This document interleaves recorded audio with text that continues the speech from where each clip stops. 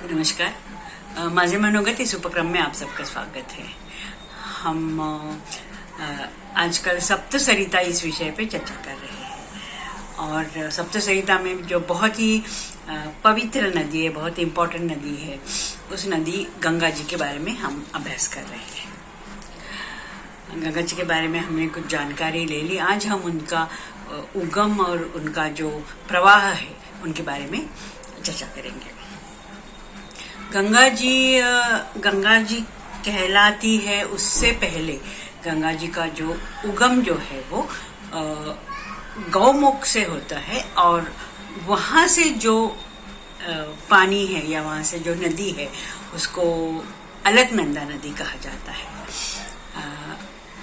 अलकनंदा ही आगे गंगा जी कहलाती है। ये सातों पंथ नाम का बद्रीनाथ के पास एक हिमालयन ग्लेशियर्स है, जो वहाँ हिमालय है जो पूरा बर्फ से ढका है। वहाँ अलकनंदा मतलब गंगा जी ही उनका उगम गौमुख से होता है। वहाँ से जब वो नीचे आती है तब उनको बहुत सारी नदियाँ मिलती है और ये नदियाँ सब अलकनंदा और बाकी नदियाँ मिलके उनको उसके बाद में गंगा जी का नाम आता है। मंदाकिनी, पिंडर, नंदाकिनी, धौल गंगा, आगे ये सब नदियाँ जो है वो उत्तराखंड जो रीजन है, उत्तराखंड जो प्रदेश है वहाँ मिलती है। ये जो देवप्रयाग है, उसमें हम प्रयाग के बारे में बात करेंगे। देवप्रयाग है, वहां से हम कहेंगे कि गंगा जी का उगम या गंगा जी कहलाती है और उससे पहले तो उनको अलकनंदा कहा जाता है। अभी गंगा जी यानी अलकनंदा हिमालय से निकल के जब वो नीचे उसका प्रवाह आता है तो उनको अलग अलग नदियाँ उनको मिलती है, उनके प्रवाह में मिलके एक हो जाती है। तो जहाँ जहाँ अलकनंदा और कोई भी दूसरी नदी जो है उनका जब संगम होता है, वो जब मिलती है, उस जगह को प्रयाग कहा जाता है। और पूरे हिमालय रीजन में वहाँ 5 प्रयाग है और उनको पंचप्रयाग के नाम से जाना जाता है। और ये पंचप्रयाग जो है वो पूरे पांचों जो प्रयाग है वहाँ एक जहाँ संगम होता है नदियों का, वो बहुत ही पवित्र माना जाता है। तो हम पूरे ये प्रयागों के बारे में, पंचप्रयाग है, वो पंचप्रयाग है विष्णु प्रयाग, नंद प्रयाग, कर्ण प्रयाग, देव प्रयाग, रुद्र प्रयाग, ये पंचप्रयाग है। और उसमें से पहला जो हम प्रयाग कहेंगे वो है विष्णु प्रयाग। वहाँ अलकनंदा जो नदी है उससे धौली गंगा जो नदी है वहाँ उनके प्रवाह में मिलती है। यहाँ सागर तट से 1372 मीटर की ऊंचाई में वहाँ ये स्थित है विष्णु प्रयाग। यहाँ विष्णु के 5 कुंड है जहाँ पानी जमा है और वहाँ जो भाविक है, वो भक्त जो है वहाँ स्नान करते हैं। वहाँ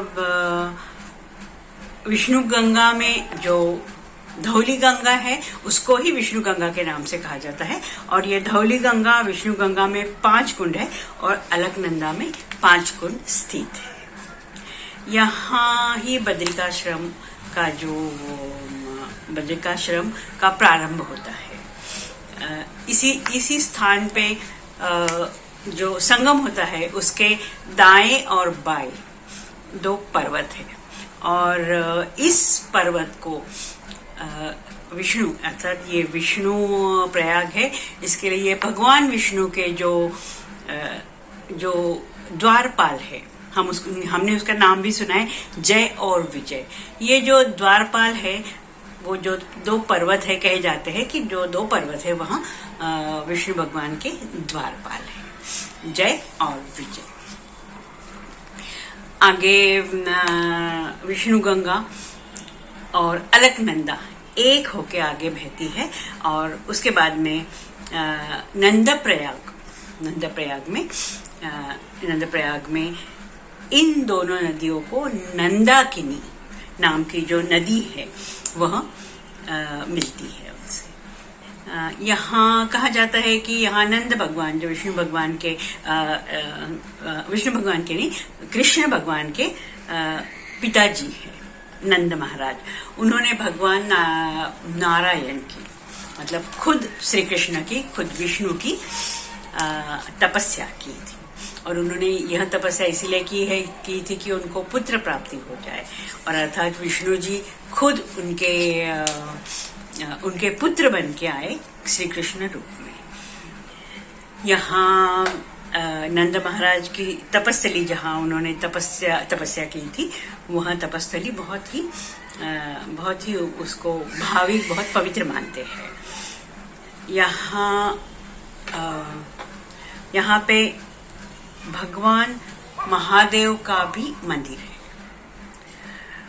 ये नंदाकिनी और अलकनंदा नंदप्रयाग में मिलती है, और यहाँ भी ये जो स्थान है काफी पवित्र माना जाता है।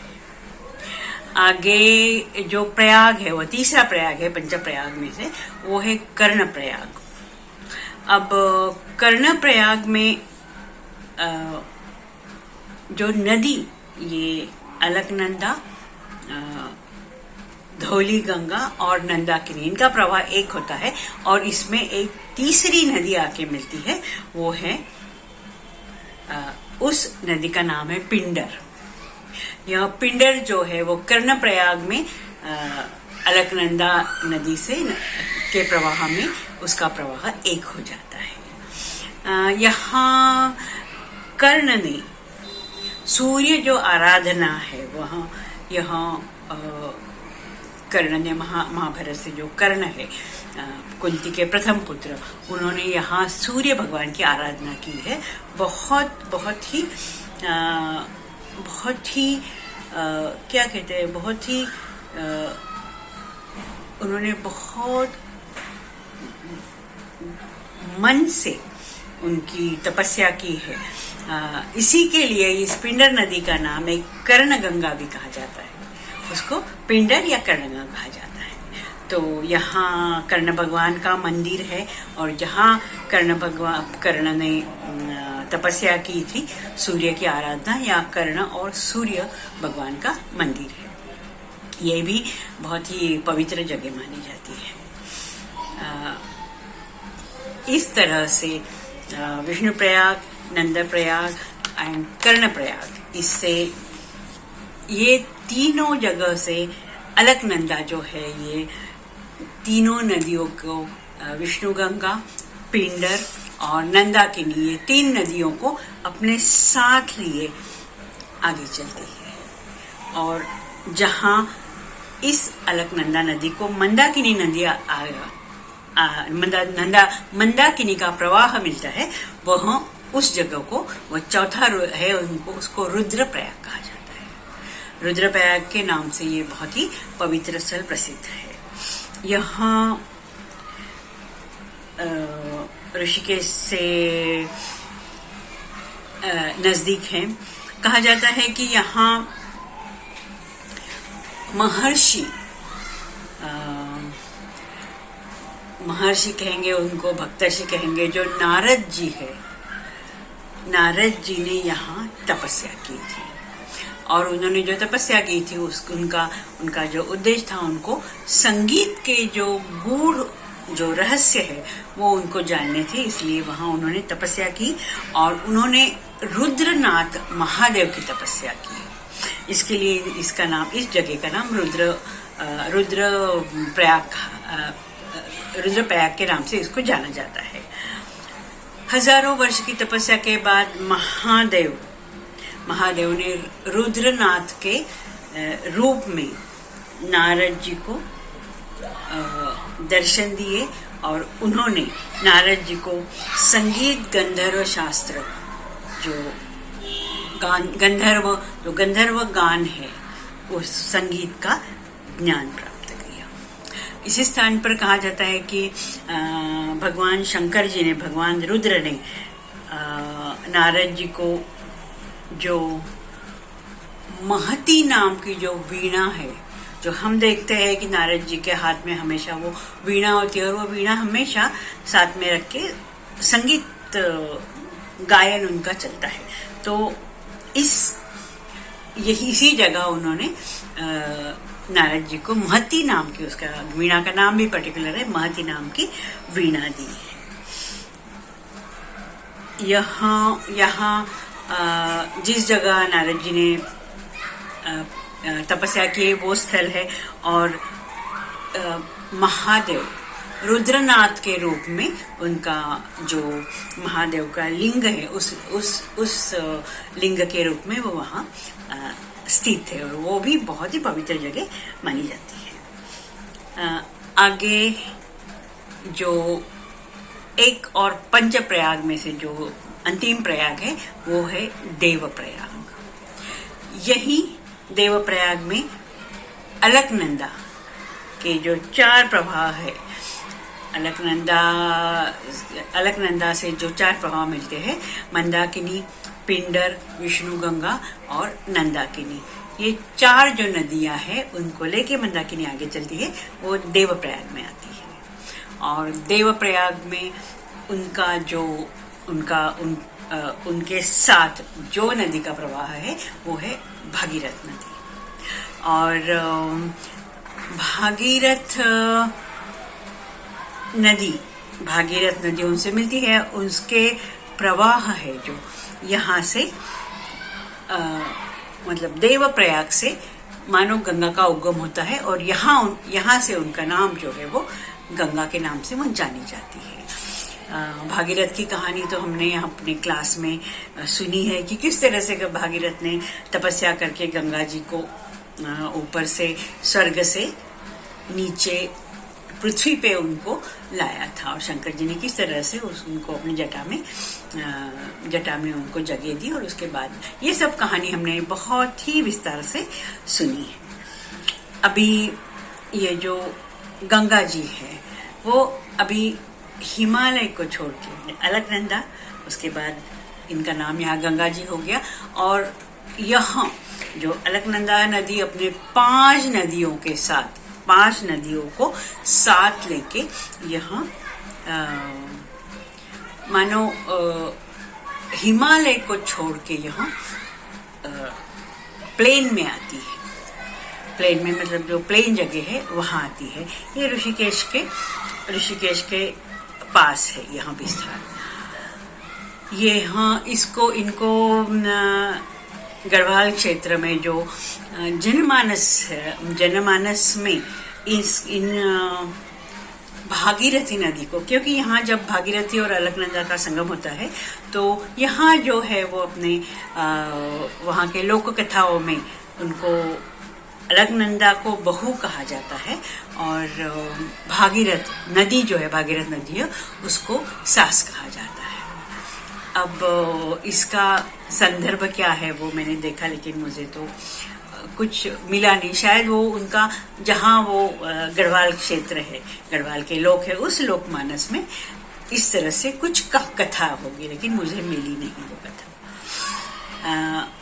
देवप्रयाग में शिव का मंदिर है और रघुनाथ का मंदिर है, रघुनाथ राम भगवान का मंदिर है।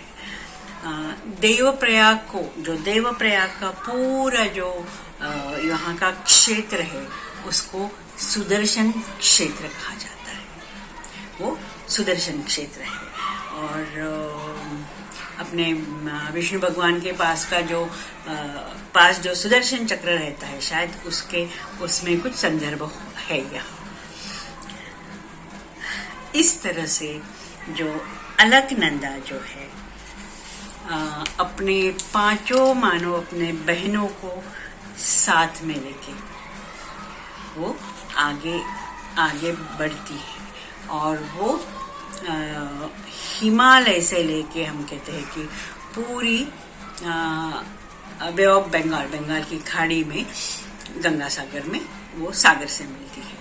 और अपने इस प्रवाह में अपने इस प्रवास में वह भारत को सुजलाम सुफलाम बनाती है और भारत के बहुत सारे राज्य में यह राज्य से यहाँ बहती है। हम यहाँ देखेंगे कि यहाँ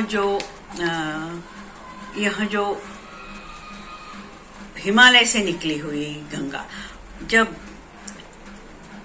गंगा सागर में, बंगाल की खाड़ी में मिलती है, तब वहाँ काफी अलग अलग स्टेट से जाती है। वहाँ वो काफी जगह से उनका जगह से वो उसका प्रभाव बहता है। उसमें है सुखी को ऋषिकेश को एक नाम सुखी भी है। हरिद्वार, बिजनौर, नारोरा, फरुखाबाद, कनौज, कानपुर, फतेहपुर, सोनर, उसके बाद वो प्रयाग में आती है, काशी में आती है, वाराणसी, काशी, बनारस उस क्षेत्र में आती है। और वहाँ गंगा जी को यमुना और सरस्वती मिलती है। उसके बारे में भी हम बात करेंगे जब उनके पवित्र स्थानों की बात करेंगे। उसके बाद में वो मिर्जापुर, वाराणसी, गाजीपुर, पटना, भागलपुर, पक्कूर, फरक्का, और उसके बाद वहाँ वेस्ट बंगाल में जाके गंगा सागर में, बंगाल की जो खाड़ी है वहाँ अपने सागर से मिलती है, अपने आप को उसमें विलीन कर देती है। और जब ये हम देखेंगे कि ये पूरे काफी भारत के हमारे जो अलग अलग स्टेट्स है, अलग अलग प्रदेश है, उससे जाते हैं।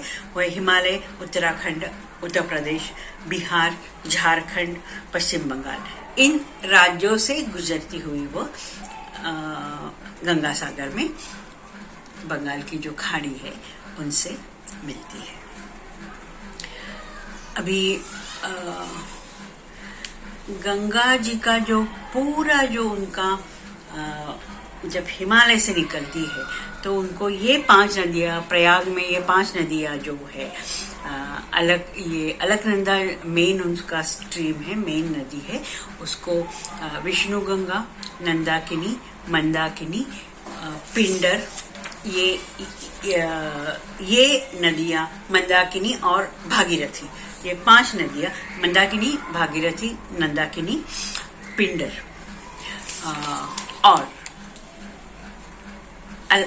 और धौली गंगा, ये सब नदियाँ अलकनंदा से मिलती है। जब ये अलकनंदा अपने 5 नदियों को लेके आगे जाती है और जब गंगा कहलाती है, उसके बाद उनको और भी जो नदियां हैं, जो छोटी या बड़ी या मीडियम टाइप की नदियां है, वो वहां मिलती है। वो गंगा जी सीधी जा रही है, उनको उनके बाएं की तरफ से उनको जो नदियां मिलती है वो है रामगंगा, गोमती, घाघरा, कोशी, महानंदा, गंडक, ये सारी नदियां हैं। और भी बहुत सारी नदियां हैं, लेकिन ये प्रमुख नदियों के नाम यहाँ दिए गए हैं। उसके बाद में दाएं से, मतलब राइट से जो नदी उनसे गंगा जी से मिलती है वो है यमुना, तमसा, सोन, दामोदर, रूपनयन और चंबल। और ये सब नदियां लेके को इसमें सब नदियों के साथ गंगा जी आगे बहती है। अब कोई भी जो नदी है उनको गंगा कहा जाता है, कोई भी जो नदी है, क्योंकि गंगा को हम इतना पवित्र मानते हैं, उनको माँ कहते हैं, उनको गंगा मैया कहते हैं, गंगा माँ कहते हैं। तो ये जो नदी है वो उनको कोई भी नदी को गंगा कहते हैं। अभी जो महाराष्ट्र में गोदावरी नदी है तो उनको दक्षिण गंगा कहते हैं। गोदावरी, उसका नाम दक्षिण गंगा नाम से वो जानी जाती है। अब हम देखेंगे गंगा जी, गंगा नदी, गंगा मैया। ये एक ऐसी नदी है कि जिसकी पूजा होती है, लेकिन एक यहाँ ऐसी नदी है कि उसका जहां जहां गंगा जी बहती है, जहां जहां गंगा जी के घाट है, गंगा जी में नहाने के लिए वहाँ घाट बने हैं। मतलब वहाँ घाट का मतलब होता है कि वहाँ वह सीढ़ियां बनी होती है, स्टेप्स बने होते हुए है, और वहाँ अपने भाविक लोग या भक्त लोग जाके वहाँ स्नान कर सकते हैं। और वैसे भी जहां जहां गंगा है, जहां जहां गंगा जी के किनारे बसा हुआ गांव है, वहाँ हमने पहले भी बोला है कि वहाँ गंगा जी की एक पर्टिकुलर टाइम है, उस शाम को उसी टाइम पे सभी जगह एक साथ गंगा जी की आरती होती है। जो नदी है उसको तो कहने को तो वो पानी है, सिर्फ बहता हुआ पानी है, लेकिन उसको हम जब देवी के रूप में पूजते हैं, माँ के रूप में पूजते हैं, तो उनकी पूजा है और आरती होती है। ये बहुत ही अनोखी चीज है कि गंगा जी की आरती एक जगह, एक समय पे सब जगह होती है। जहां जहां गंगा जी है वहां गंगा जी की आरती होती है। अभी गंगा जी, मुझे लगता है भारत में ऐसा एक भी घर नहीं होगा जहां गंगा जल नहीं रखा है। गंगा जल रखते हैं, वहाँ गंगा जल पवित्र माना जाता है। पूजा है या कोई भी उत्सव है या कोई भी यज्ञ याग है, तब गंगा जल छिड़का के जो नदी, जो वातावरण है, जो हमारा घर है या यज्ञशाला है, या जहाँ यज्ञ करना है, पूजा करना है, उसको गंगा जल छिड़क के उसको पवित्र करते हैं। वो कहते हैं कि वो गंगा जल डालने से पवित्र हो जाता है। अब ऐसे कहते हैं कि गंगा जी, तो अभी तो बहुत सारी बात हो रही है कि गंगा गंदी हो गई है, उसको साफ करना है, लेकिन हम जब पुराण में देखते हैं तो गंगा जी को ऐसी नदी कहा जाता है कि जो अपने आप साफ होती है। अब इसका सिग्निफिकेंस क्या है, या उसके बाद में हमने ही गंगा जी को खराब किया है, उसमें सब जो कचरा डाल के या उसको खराब किया, वो बात अलग है, लेकिन वो सेल्फ क्लींजिंग होने वाली नदी है, ऐसे गंगा जी के बारे में हमारे पुराणों में कहा है। अभी गंगा जी की पवित्रता, गंगा जी का जो निर्मलता है, वहाँ सब लोग जानते हैं। लेकिन एक बात, बहुत ही मुझे इंटरेस्टिंग बात मैंने पढ़ी कि हमारे जो प्रथम प्रधानमंत्री थे जवाहरलाल नेहरू,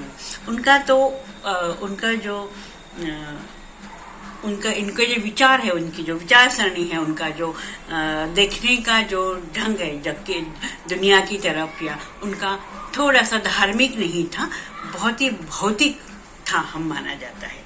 लेकिन उन्हीं जवाहरलाल जी नेहरू ने, धार्मिक विचारों के तो वो थे नहीं, लेकिन उन्होंने अपनी इच्छा प्रकट की थी कि, और हमको ये बहुत ही फेमस है, सबको पता है कि उन्होंने कहा था कि उनकी जो राख है वो पूरी भारत भर में रक्षा, उनका निधन होने के बाद, उनकी मृत्यु होने के बाद जो राख है उनमें पूरे भारत में डाली जाए।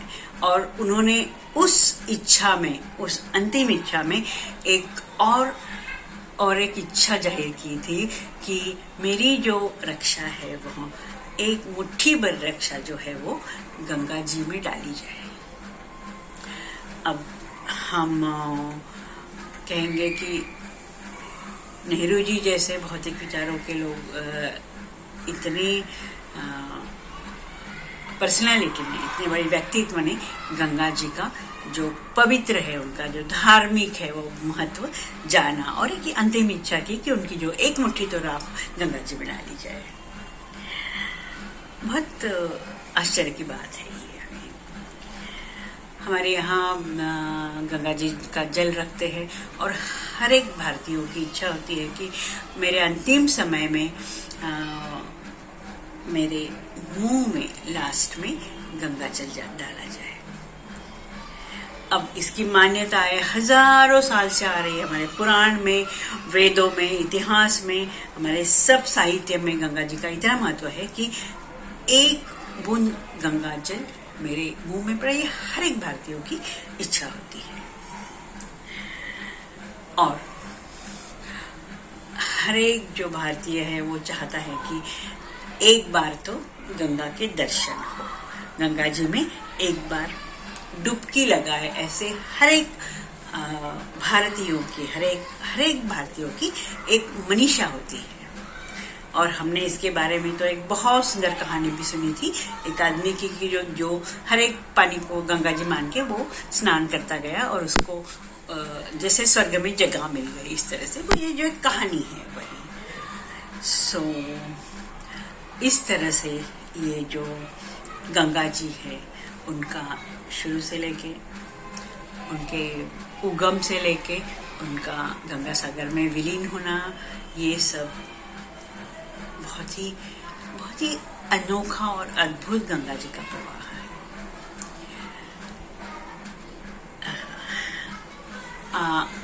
ये तो हुई जनमानस में जो गंगा का है, और एक्चुअल गंगा का जो प्रयाग है वहां से बहती है, आगे चल के वो गंगा सागर में सागर से मिलती है, ये हमने देखा।